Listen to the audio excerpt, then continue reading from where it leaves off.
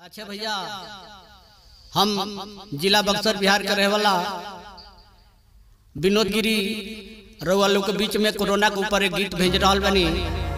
साथ में रउआ लोग के आशा ना पूर्ण विश्वास बा कि रउआ लोग ये गाना पसंद आई।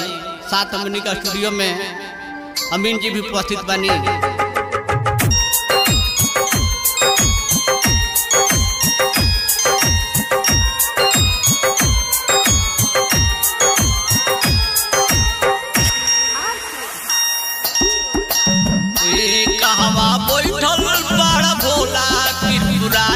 हो जगत में महामारी आई बा, कहवा बैठल बड़ा भोला त्रिपुरारी। हो जगत में महामारी आई बा, त्राही त्राही करे सब नर नारी। हो जगत में महामारी आई बा, त्राही त्राही करे सब नर नारी। हो बीमारी परलकारी आई बा।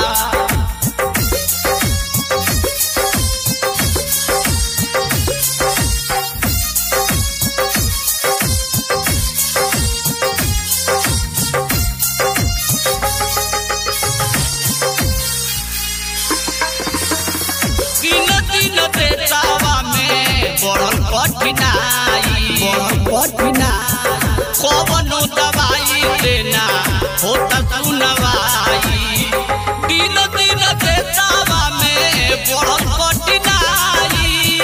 कौनो दवाई देना होता सुनवाई, कौनो दवाई देना होता सुनवाई। देर लाई जोनी, देर लाई जोनी तो के बेकारी। हो बीमारी परलकारी आई बा, हो बीमारी परलकारी आई बा।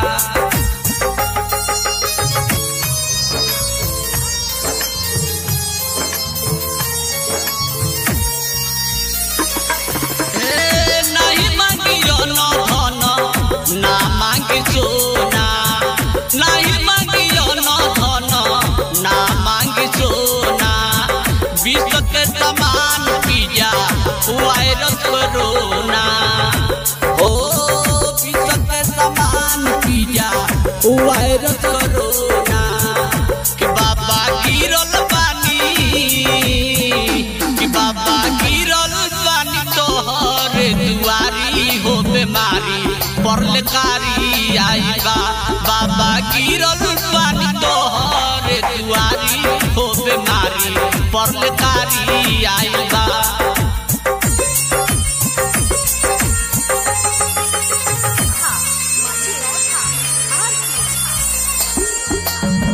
राइटर लिखले है गानावा, शिव बस भमराऊ पूजले चरनावा।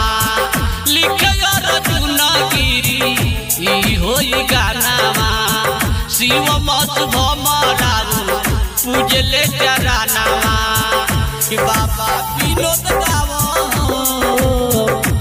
बाबा विनोद गावो देखो नालाचारी। हो बीमारी परलकारी आई बा, कहवा बैठल बड़ा भोला त्रिपुरारी।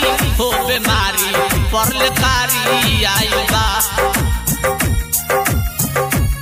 कहवा बैठल बड़ा भोला त्रिपुरारी। हो जगत में महामारी आई बा, त्राही त्राही करे सब नर नारी। हो जगत में महामारी आई बा, त्राही त्राही करे सब नर नारी। हो बीमारी परलकारी आई बा, हो बीमारी परलकारी आई।